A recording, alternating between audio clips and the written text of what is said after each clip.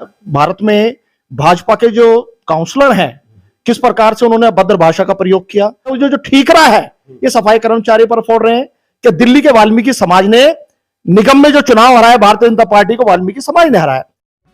नमस्कार दोस्तों, आपके साथ तो रहमान सैफी और आप देख रहे हैं मेरे साथ एमसीडी तक। आज एमसीडी तक पर राजकुमार दिगान साहब मेरे साथ बैठे हुए हैं क्योंकि दिल्ली का जो सफाई कर्मचारी है अथवा जो दिल्ली का निगम कर्मचारी है, मैं ऐसे कहूंगा उस बात को, कहीं ना कहीं दुविधा में है।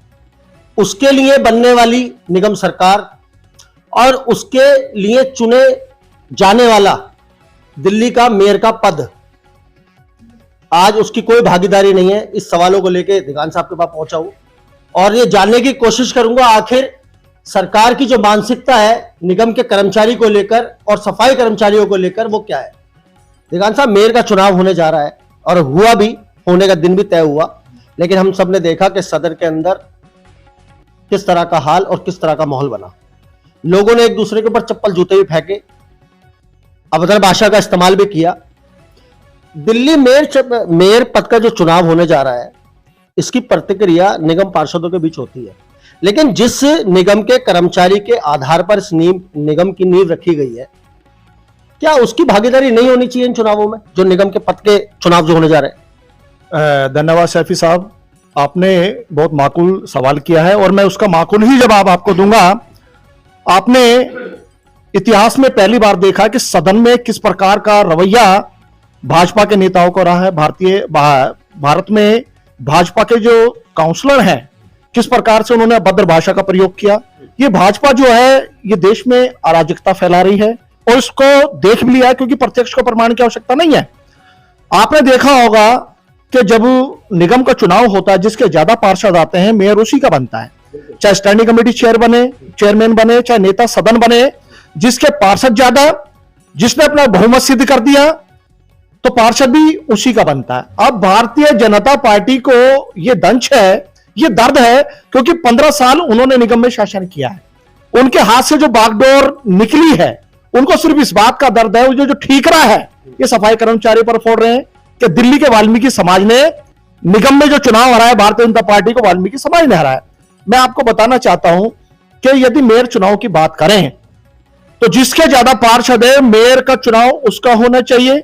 लेकिन हो क्या रहा था सदन में, सिविक सेंटर में जो मनोनीत पार्षद हैं उनको शपथ दिलाई जा रही है। पहले क्या उनको शपथ दिलाई जानी चाहिए? क्या यही नियम है? क्या संविधान में ऐसा प्रावधान है? कोई नहीं।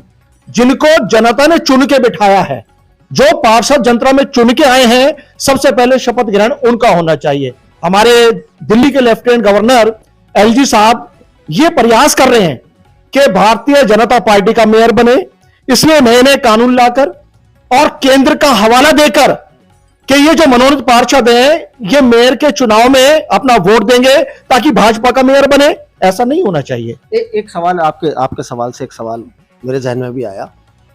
आपने कहा एलजी साहब प्रयास कर रहे हैं, आगे चलकर अभी जब पार्षद मेयर पद का चुनाव कर देंगे, मेयर बन भी जाएगा और बनना ही है। 2 दिन आगे पीछे जब मेयर साहब बन जाएंगे हमारे, और अगर वो दिल्ली सरकार के बनते हैं और बनने भी चाहिए, असूल भी यही कहता है, संविधान भी यही कहता है हमारा, वो बनते भी हैं, अगर फिर से कर्मचारियों के पैसे देने के टाइम पर यही बात होंगी कि एलजी ने पास नहीं किया, केंद्र ने पास नहीं किया। अब दिल्ली सरकार क्या इन बातों के एवज क्या फिर से कर्मचारी, इतनी मशक्कत दूसरी पार्टी ले आया निगम के अंदर, ये निगम कर्मचारी, क्योंकि इसको अपने भविष्य की चिंता थी, क्या फिर से फुटबॉल का काम करेगा दोनों पार्टियों के बीच, या एलजी साहब के और दिल्ली सरकार के या निगम सरकार के बीच में? देखिए, मैं आपको बताना चाहता हूं शफी साहब, और आप स्वयं जानते हैं इस बारे में, क्योंकि सूर्य को आईना दिखाना जरूरी नहीं है, वो अपनी चमक स्वयं है। आपने देखा कि ये जो निगम है वो केंद्र के अधीन है, उसके बाद जो भी फैसले लेंगे वो दिल्ली के लेफ्टिनेंट गवर्नर लेंगे। तो एक तरह से मुख्यमंत्री को बीच में इलेक्शन हो गया, अब तो दिल्ली सरकार के अधीन आ गया निगम। देखिए, मैं आपको बताता हूं, अभी निगम जो है केंद्र के अधीन है, गृह मंत्रालय के अधीन है और एलजी के अधीन है। देखिए, दिल्ली के मुख्यमंत्री ने अपने चुनावी मैनिफेस्टो में, चुनावी एजेंडे में एक वायदा किया कि 1 से 7 तारीख तक या 10 तारीख तक लास्ट में कर्मचारियों को वेतन दूंगा। चाहे इसके लिए मुझे कोई भी भरसक प्रयत्न करना पड़े, लेकिन कर्मचारी को वेतन मिलेगा और समय पर मिलेगा। मैं आपको एक बात और बताना चाहता हूं, आपको याद है सैफी साहब के 2 वर्ष पहले मैंने दिल्ली के मुख्यमंत्री माननीय श्री अरविंद केजरीवाल से एक बैठक की। All municipal corporation staff union के नेतृत्व में अखिल भारतीय वाल्मीकि महासभा के ध्वज तले। उसमें दिल्ली के मुख्यमंत्री ने एक वायदा किया कि आप हमें निगम में लेकर आए, आपका जितना भी कर्मचारी है उसका नियमितीकरण होगा और जरूर होगा, चाहे उसके एरियर का भुगतान हो, चाहे समय पर उसका वेतन हो या उसका रेगुलाइजेशन हो, जो भी नियम में है और जो भी शब्दावली में है हम उस प्रकार से उसका नियमितीकरण करेंगे। क्या गारंटी है सर इस बात की? देखिए, ये जो शब्द है ये वचन ही बहुत बड़ी चीज होते हैं। ये जो आसमान है ना, ये भी वचनों से टिका हुआ है, वो कोई पिलर भी या खंबे नहीं लगे हुए। तो इंसान ने जो वचन दिया है और वायदा किया है, और देखो एक बड़ा नेता यदि कोई कमिटमेंट करता है तो ऐसा नहीं कि वो पब्लिक के बीच में झूठ बोले, वायदे सच्चे होते हैं और वायदे पूरे भी होते हैं, और उनको निगम में फिर दोबारा आना है इसके 5 साल बाद भी। इसलिए यदि दिल्ली के मुख्यमंत्री अरविंद केजरीवाल ने कोई वायदा किया है तो मैं समझता हूं उसको पूरा करें। सर वायदे की बात तो हम बाद में करेंगे, पहले तो जो मौजूदा वक्त की जो तनख्वाह है, आज 9 तारीख को दोस्तों ये प्रोग्राम रिकॉर्ड हो रहा है और 10 तारीख को शायद आपको या आज शाम को देखने को मिलेगा। 9 तारीख हो चुकी है, अभी तक सैलरी का आता पता नहीं है। सूत्रों के द्वारा ज्ञात हुआ है कि 15 तारीख को तो बननी शुरू होगी कर्मचारियों की सैलरी। क्या करेगा कर्मचारी?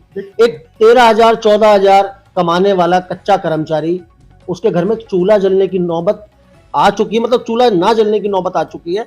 कर्मचारी कहीं ना कहीं हताश हो रहा है कि सरकार बदलने के बाद भी 1 तारीख का वादा था, 2 तारीख हो जाती, 3 तारीख हो जाती, या समय पे आ जाती 7 तारीख जो एक आधारित तारीख है। आज 9 तारीख हो चुकी है और अभी कोई अता पता नहीं है तनख्वाह का। कर्मचारी परेशान है, क्या बताएंगे इसको लेकर आप? शैफी साहब, अभी निगम की जो जिम्मेदारी है एलजी साहब के ऊपर है। जब तक मेयर का गठन नहीं हो जाता, मेयर की नियुक्ति नहीं हो जाती, जब तक हम अश्वनी कुमार जी जो स्पेशल ऑफिसर हैं दिल्ली नगर निगम के, हम उनसे कल बैठक करेंगे, उनसे पूछेंगे कि आप कर्मचारियों को वेतन क्यों नहीं देना चाहते, कर्मचारी का इसमें क्या गुनाह है? कर्मचारी समय पर काम कर रहा है, मलमूत्र का मंथन कर रहा है, यदि आप उसको समय पर वेतन नहीं देंगे तो अपने घर का गुजर बसर कैसे करेगा? उसको अपने बच्चों की शिक्षा की तरफ भी देखना है, उसको अपने घर में अपने बच्चों को लालन पालन भी करना है। और आप देख रहे हैं सर्दी कितनी है, इस सर्दी के माहौल में एक गरीब कर्मचारी यदि 6 बजे उठकर अपना काम अपनी मेहनत निष्ठा ईमानदारी के साथ कर रहा है तो उसको हक है, उसको समय पर उसका वेतन मिलना चाहिए। लिहाजा मैं एक बात और कहना चाहता हूं आपसे, देखिए अभी मैं जो ठीक रहा है सारा मेयर के ऊपर नहीं फोड़ना चाहता, क्योंकि मेयर ने शपथ नहीं ली है। जब मेयर की औथ ही नहीं हो पाई है तो मेयर को इस बारे में हमें ब्लेम करना थोड़ा गलत होगा। मैं पूछना चाहता हूं दिल्ली के कमिश्नर माननीय ज्ञानेश भारती जी से कि जब कर्मचारी आपके अधीन कार्य कर रहा है तो आप उसको समय पर वेतन क्यों नहीं दे रहे हैं? कल दिल्ली नगर निगम कोर कमेटी का मैं प्रधान महासचिव होने के नाते कल हम ज्ञानेश भारती जी से, स्पेशल ऑफिसर अश्वनी कुमार जी से बैठक करेंगे कि आप कर्मचारियों को वेतन क्यों नहीं देना चाहते। एक बहुत जरूरी सवाल आपने कहा कि मलमूत्र का मंथन जो है हमारा कर्मचारी करता है और सुबह 6 बजे उठता है। मैं यहां पर बताना भी चाहूंगा दिगान साहब, आपको भी आपके शब्द को और बढ़ाते हुए बताना भी चाहूंगा, मैंने कर्मचारी को रात को 12 बजे भी काम करते हुए देखा है। जो कूड़ा घर से निकलकर खत्तों तक पहुंचता है ना, जो गीला कूड़ा जो शाम तक सूखता है, तो रात को वो कर्मचारी उठाकर ट्रक में भर के उस कूड़े के पहाड़ पर डालता है, जिनके नाम लेकर दिल्ली सरकार राजनीति पर तुली हुई है पूरी तरह। हम हर दिन कोई ना कोई स्टेटमेंट दिल्ली सरकार के किसी मंत्री का, विधायक का, निगम पार्षद का देख रहे हैं कि कूड़े का पहाड़, कूड़े का पहाड़। हर कोई कूड़े के पहाड़ की बात कर रहा है। क्या किसी ने भी अभी तक, किसी भी सरकार के किसी भी नुमाइंदे ने उस कूड़े के पहाड़ को खड़ा करने के लिए जिन कर्मचारियों ने अपनी शहादत दी, मैं उनको शहीद मानता हूं और मैं शहीद ही मानूंगा, क्योंकि मेरी नजर में वो शहीद ही हैं। उन्होंने इतनी सारी बीमारियां, उनके परिवार ने इतनी सारी परेशानियां झेली हैं, इतने सारे कर्मचारी शहीद हो गए, क्या उनकी कोई अहमियत नहीं है? सिर्फ राजनीति करनी है सरकार को? यह बड़ा पेचीदा सवाल है और मेरी पूरी सिंपैथी है उन कर्मचारियों के लिए जो इस प्रकरण में शहीद हुए हैं। आपको याद होगा पूर्वी दिल्ली के मेयर श्याम सुंदर अग्रवाल जी हुआ करते थे। जब लैंडफिल की बात आती है, उस कूड़े की बात आती है, तो भारतीय जनता पार्टी ने तो उस कूड़े से भी बिजनेस किया है। उस कूड़े से भी एक कंपनी को 900 करोड़ रुपए का टेंडर दिया सालाना। मैं पूछना चाहता हूं पूर्व मेयर श्याम सुंदर अग्रवाल जी, उस कूड़े से आपने पैसा कमाया है, आपने 900 करोड़ रुपए टेंडर दिया उस कंपनी को, आपने कभी कर्मचारियों को समय पर वेतन नहीं दिया। आपने कर्मचारियों को एरियर नहीं दिया, आपने कर्मचारियों को रेगुलाइजेशन नहीं किया। यदि आप कर्मचारियों को पक्का करते तो मैं समझता हूं भाजपा को निगम से हिलाने वाला कोई माइकल लाल पैदा नहीं हुआ। आपकी करनी व कथनी में फर्क है, आपकी नीयत में फर्क है, आपके कार्य में फर्क है। आप कर्मचारियों से परहेज करते हैं। जो कर्मचारी 25 साल से 28 साल से निगम की सेवा कर रहा है, 240 हाजिरी पर कर्मचारियों का नियमितीकरण होना चाहिए। क्या 240 हाजिरी पर कर्मचारियों का नियमितीकरण हो पाया?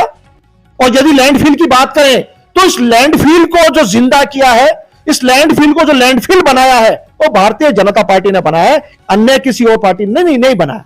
और उसमें जो भी कर्मचारी, जो वहां कर्मचारी को डेथ हुई है, या उसमें लैंडफिल पर जो आगे लगी है, या उसमें जो गैस उत्पन्न हुई है, उसकी जो जिम्मेदारी भाजपा की है, ना कि किसी और पार्टी की। अभी हाल ही के दिनों में हमने एक घटना देखी, और मैं दोस्तों यहां पे बताता चलूं कि वो घटना की पहली क्लिपिंग मैंने बनाई और पूरे देश ने वो घटना देखी। उसके बाद एक कर्मचारी को बुरी तरह से एक झूठे इल्जाम के तहत पीट दिया जाता है। जब वो बात उजागर होती है तो उस कर्मचारी को तरह तरह की धमकियां दी जाती हैं, जिससे उस कर्मचारी ने अपनी कंप्लेंट वापस लेने के अलावा उसको कोई और रास्ता इन दिनों सूझा नहीं। क्या ऐसे निगम पार्षद, ऐसे विधायक, ऐसे मंत्री, ऐसे नेता, क्या शोभा देती है उनको बात? एक कच्चा कर्मचारी जो अपनी ड्यूटी इस कड़ाके की ठंड में भी निभा रहा है, हमने सड़ी गर्मी में भी देखा उसको निभाते हुए, और भयंकर बरसात में भी देखा है। मौसम का कोई भी रुख हो, लेकिन कर्मचारी का एक ही असूल होता है, अपने घर से सुबह निकलना और देश को स्वच्छता प्रदान करना। ऐसे नेताओं के बारे में क्या सोच सकते हैं दीवान साहब? देखिए, जहां आपका इशारा मैं समझ चुका हूं, यह इशारा आपका भाजपा के विधायक अभय वर्मा की ओर है। और मैं ये भी जानता हूं कि शहरा में भी हमारे गम को देखकर कोई ना रोया और फूट के रोया मेरे दिल का छाला। तो मेरे समाज के एक विधायक ने इस प्रकरण को लेकर इतना बड़ा दिल्ली में आंदोलन किया, अभय वर्मा के खिलाफ एफआईआर कराई, और दिल्ली नगर निगम कोर कमेटी उसमें प्रतिबद्ध थी। जब अभय वर्मा के खिलाफ हमने लक्ष्मी नगर में प्रदर्शन किया तो हजारों की तादाद में वहां संख्या थी, कर्मचारियों की भी। और जिस कर्मचारी के ऊपर अभय वर्मा ने बदतमीजी करी, मारपीट करी, या अभद्र टिप्पणी या अभद्र शब्दों का प्रयोग किया, वो कर्मचारी भी वहां मौजूद था। वो कर्मचारी इतना भयभीत था, इतना डरा हुआ था कि उसको भारतीय जनता पार्टी के जो नेता हैं उन्होंने इतना डरा रखा था कि हम तेरी नौकरी खा जाएंगे, हम तुझे जान से मार देंगे, हम तुझे जेल पहुंचवा देंगे। मैं पूछना चाहता हूं, कर्मचारी का क्या गुनाह था? कर्मचारी कोई आतंकवादी नहीं था, कर्मचारी कोई उग्रवादी नहीं था। वो कर्मचारी था जो अपने बच्चों को सुबह छोड़कर निगम की सेवा कर रहा था। और ऐसी सर्दी में, ठिठकती हुई ठंड में, दिल्ली का आज तापमान देखिए, उस तापमान में वो कर्मचारी कार्य कर रहा था। उसके बाद भी उस कर्मचारी को ऑन ड्यूटी पीटा गया। यह भारत की राजधानी दिल्ली का हाल है। हम अन्य प्रांतों की बात क्या करें? इससे नजर आता है कि भारतीय जनता पार्टी की जो नेता है गुंडागर्दी करते हैं और देश में अराजकता फैला रहे हैं। अभय वर्मा के खिलाफ एफआईआर हुई, और दिल्ली में भाजपा का कोई भी विधायक इस प्रकार की यदि हिमाकत करेगा तो दिल्ली नगर निगम कोर कमेटी उसके खिलाफ कानूनी कार्रवाई करेगी, उसके खिलाफ प्रदर्शन करेगी। एक आखिरी सवाल दिगान साहब, क्योंकि सवाल बड़ा जरूरी है, आपसे जवाब जानने में मुझे भी अच्छा लगेगा और मैं जानता हूं कि कर्मचारी भी जानना चाहता है। सरकार बदली है, निगम पार्षद बदल गए, राजनीति का स्तर एक बार फिर बदलने जा रहा है निगम कर्मचारी के लिए। क्या दिल्ली का निगम कर्मचारी और सफाई कर्मचारी, क्या प्राइवेटेशन की तरफ जाने की उम्मीद है? जा सकता है? आपको याद होगा शैफी साहब, सन 1996 से 98 तक हमारे दिल्ली के जो मुख्यमंत्री थे स्वर्गीय साहब सिंह वर्मा जी थे। आज वो स्वर्ग में हैं। मैं एक बात कहना चाहता हूं, जब सबसे पहले ये निजीकरण की बात आई तो तब जितने भी दिल्ली के संगठन थे वो एकजुट होकर एक झंडे के नीचे, एक डंडे के नीचे उन्होंने आंदोलन किया। आज तक कभी निजीकरण नहीं हुआ और ना ही हम निजीकरण होने देंगे। निजीकरण का सीधा सीधा सा मतलब है हमारे पर एक तलवार लटकना। यानी आज हमारी जो 50,000 रुपए वेतन है, आज हमारी 50,000 जो तनख्वाह है, उसी में 5 लोगों को हमारे स्थान पर लगाना, ये निजीकरण है। और ये निजीकरण वो राक्षस है, वो बीमारी है, इसको हम दिल्ली में खासकर नगर निगम में पनपने नहीं देंगे। चाहे इसके लिए हमें काम बंद हड़ताल करनी पड़े, भूख हड़ताल करनी पड़े, स्लो टूल डाउन स्ट्राइक करनी पड़े, और जो भी सरकार निजीकरण की बात करेगी हम उसके खिलाफ हैं और हमेशा उसके खिलाफ रहेंगे। जब आपसे बात करता हूं तो सवाल वाले सारे याद आ जाते हैं मुझे भी। एक सवाल और याद आया क्योंकि वो बहुत गंभीरता है उस सवाल में। निगम कर्मचारियों के ऊपर जो उनसे काम करवाने वाले अधिकारी हैं, मैं एसआई भी कह सकता हूं उनको, उनके बहुत सारे नाम हैं। एसआई भी है उनका नाम, एएसआई भी है, मैट भी है कहीं पर, और कहीं पर एसी और डीसी भी है, और अन्य कई सारे नाम हैं। जब कर्मचारी अपनी परेशानी लेके, मैं शादरा नॉर्थ जोन की बात नहीं करूंगा, शादरा साउथ जोन की बात नहीं करूंगा, दिल्ली के 12 जोनों की बात नहीं कर रहा, मैं प्रत्येक जोन की बात कर रहा हूं। यहां पे वहां का कोई भी अधिकारी होता है, कर्मचारी अपनी समस्या लेकर पहुंचता है कि भाई साहब मुझे ये समस्या है, सबसे पहले एवज तो उसको टाइम नहीं दिया जाता, क्योंकि अधिकारी जिसके नाम पर तनख्वाह ले रहा है वो भी तो एक अधिकारी है, वो भी तो उसी नाम की तनख्वाह ले रहा है, वो उसको कुछ समझता नहीं है। और अगर कोई कर्मचारी जिद्दी पकड़ ले कि साहब मुझे आपसे मिलना ही है, और इसी टेंशन में आके वो एक एसी लेवल के अधिकारी के कमरे के बाहर इसी टेंशन में गिर जाता है, उसको अटैक आ जाता है, उसको वो एसी देखने में नहीं आता। ऐसे अधिकारी, क्योंकि ये मामला शादरा साउथ जोन का है जो अभी पिछले दिनों हमने देखा भी हुआ है, हमारे एसी साहब को कोई भी अफसोस नहीं, कोई भी इस बात की गंभीरता नहीं, कोई भी कुछ नहीं। आखिर ऐसा अधिकारियों में ये जो मानसिकता बनी हुई है, क्यों, आखिर वजह क्या है? देखिए, जो मानसिकता है ये दलित विरोधी मानसिकता है, और हम अति दलित हैं, शोषित हैं, पीड़ित हैं, तो हमारे जो खिलाफ है इनकी जो मानसिकता है वो अब हम लोग इस बात को समझ चुके हैं। आपने देखा है कि शादरा साउथ का जो माहौल है बड़ा डिक्टेटरशिप है, बहुत तानाशाही का माहौल है। वहां की जो डिप्टी कमिश्नर है उसका रवैया देखिए, आप अपने स्टाफ के प्रति उनका रवैया देखिए। कर्मचारी एक 4th क्लास एम्प्लॉई है, सुपरवाइजर स्टाफ के प्रति उनका रवैया देखिए। आप अपने असिस्टेंट कमिश्नर को देखें शादरा साउथ के, उनका रवैया क्या है। एक जो माहौल बना हुआ वो दलित विरोधी माहौल है, और जब तक ये दलित विरोधी माहौल खत्म नहीं होगा हमारा इस प्रकार से ही शोषण होता है। प्रत्येक दिन या 3 दिन में कह सकता हूं, या हर हफ्ते कह सकता हूं, वो किसी न किसी वार्ड में पहुंच जाते हैं, और कोई कर्मचारी अगर किसी वजह से, अपने निजी कारण की वजह से, निजी कारण मतलब कोई बीमार है या उसके घर में कोई परेशानी है, उसकी वजह से अगर वो अपनी ड्यूटी पर नहीं मिलता तो उसको सस्पेंड करने की धमकी जाती है, उसको भयभीत कर दिया जाता है। बिल्कुल देखिए, आज कर्मचारी को जो, मतलब मेरा सवाल इसलिए आपसे बन रहा है, ये इतनी बड़ी कोर कमेटी हमारे पास है, इतनी बड़ी फेडरेशन हमारे पास है, इतने सारे मोर्चे हमारे पास है, इतनी सारी यूनियन हमारे पास है, इतने सारे कार्यकर्ता उन यूनियन के हमारे पास है, उसके बावजूद अधिकारी की इस तरह की गुंडागर्दी, इस तरह का तानाशाही कब तक, आखिर कब तक चलेगा वो कर्मचारी? शैफी साहब देखिए, कोई भी सरप्राइज विजिट यदि डिप्टी कमिश्नर या असिस्टेंट कमिश्नर के द्वारा होता है तो वो जवाबदेही एएसआई की, इंस्पेक्टर की या चीफ की होती है कि आपका कर्मचारी कहां है। तीसरी जिम्मेदारी होती है सैनिटेशन सुपरिटेंडेंट यानी स्वच्छता अधीक्षक की, कि आप बताएं आपका कर्मचारी बीट पर क्यों नहीं है। उसमें आपका जो एसआई वो एक रिपोर्ट तैयार करता है कि मेरा कर्मचारी इसलिए ड्यूटी पर नहीं है कि आपातकालीन स्थिति में उसको डायरिया हो गया, या वो बीमार है, या फिर उसको बुखार है, उसके एवज में मैं सब्स्टिट्यूट लगा दिया और मेरी यहां बीट साफ है। ये होता तरीका कार्य करने का। और हमारा जो एसआई क्या करते हैं, हमारे एसआई कहते हैं कि हमारा कर्मचारी इस समय मौजूद नहीं है, जबकि उनको एक कच्ची रिपोर्ट तैयार करनी चाहिए। उस रिपोर्ट के माध्यम से आज कमिश्नर का एक विशेषल ऐप है, आप व्हाट्सएप पे रिपोर्ट बनाकर कमिश्नर को भेजें कि मेरा कर्मचारी इस समय बीमार है और ड्यूटी नहीं आ सकता, लेकिन हां उसका जो बीट नंबर है, उसकी जो बीट लिस्ट है, उसके अनुसार मैंने अपना काम मुकम्मल तरीके से करवा दिया है, तो ना तो कर्मचारी सस्पेंड होगा ना कोई अधिकारी सस्पेंड होगा। लेकिन क्या है कि कुछ अधिकारी, ये उनकी जो मानसिकता है, उनकी जो मानसिकता यह है कि आज ये जो वाल्मीकि समाज है ये दिल्ली में क्यों पनप रहा है, ये क्यों अच्छे घरों में बैठे हैं, इनके पास मोटर या बाइकें क्यों हैं, अच्छे घर अच्छे मकान क्यों हैं, इनके घरों में मार्बल जैसी, टाइल जैसी अच्छे प्रकार के पत्थर क्यों लगे हुए। थोड़ी सी जो मानसिकता है इस पर विचार करना पड़ेगा। वापिस से जो है मेयर साहब की तरफ ही चलता हूं। दिल्ली का अगर मेयर आम आदमी पार्टी से आना भी चाहिए, मैं फिर वापस से इस बात को कहूंगा। जिस तरह से हमने देखा कि आपने, जब तक बीजेपी का राज रहा, आपने कर्मचारी के लिए प्रदर्शन किया, धरना दिया, काम बंद हड़ताल की, और मैंने तो भूख हड़ताल भी देखी अपने कार्यकाल में कर्मचारियों के हित में।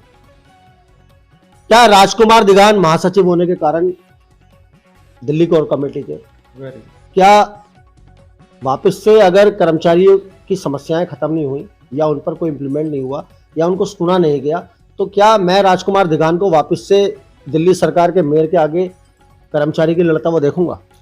शफी साहब, पहले मेरा देश मेरे लिए मान्यता रखता है, उसके बाद मेरी कौम और तीसरे नंबर पर मेरी पार्टी है। इस बात को मैं छिपा नहीं सकता कि मैं आम आदमी पार्टी का नुमाइंदा हूं और आम आदमी पार्टी मेरी अपनी पार्टी है, लेकिन सबसे पहले मेरी कौम है। यदि मेरी कौम के खिलाफ कोई भी पार्टी गलत करती है तो मेरे लिए पार्टी कोई अहमियत नहीं रखती। पहले मेरा समाज है, पहले मेरी कौम है, और मैं वाल्मीकि समाज का बच्चा हूं, वाल्मीकि समाज का नुमाइंदा हूं। सबसे पहले अगर कोई भी पार्टी मेरी कौम के खिलाफ काम करती है तो मेरे लिए मेरी कौम पहले है। जो पार्टी काम करेगी वो जिंदाबाद, और जो नहीं करेगी वो मुर्दाबाद। तो दोस्तों, ये मेरे साथ थे राजकुमार दिगान साहब, जिन्होंने सारे सवाल मैंने जो मुझे कमेंट में भेजे गए थे, मैंने सब जवाब आप तक पहुंचाए भी हैं। और दोबारा से इस वीडियो पर भी कमेंट करिए और मुझे बताइए कि अगली बार मैं दिगान साहब से क्या सवाल करूं जिससे कर्मचारी को पूरी संतुष्टि मिलती है। तो दोस्तों, मिलते हैं आपसे अगली खबर में। जब तक के लिए जय हिंद, जय भारत, जय संविधान।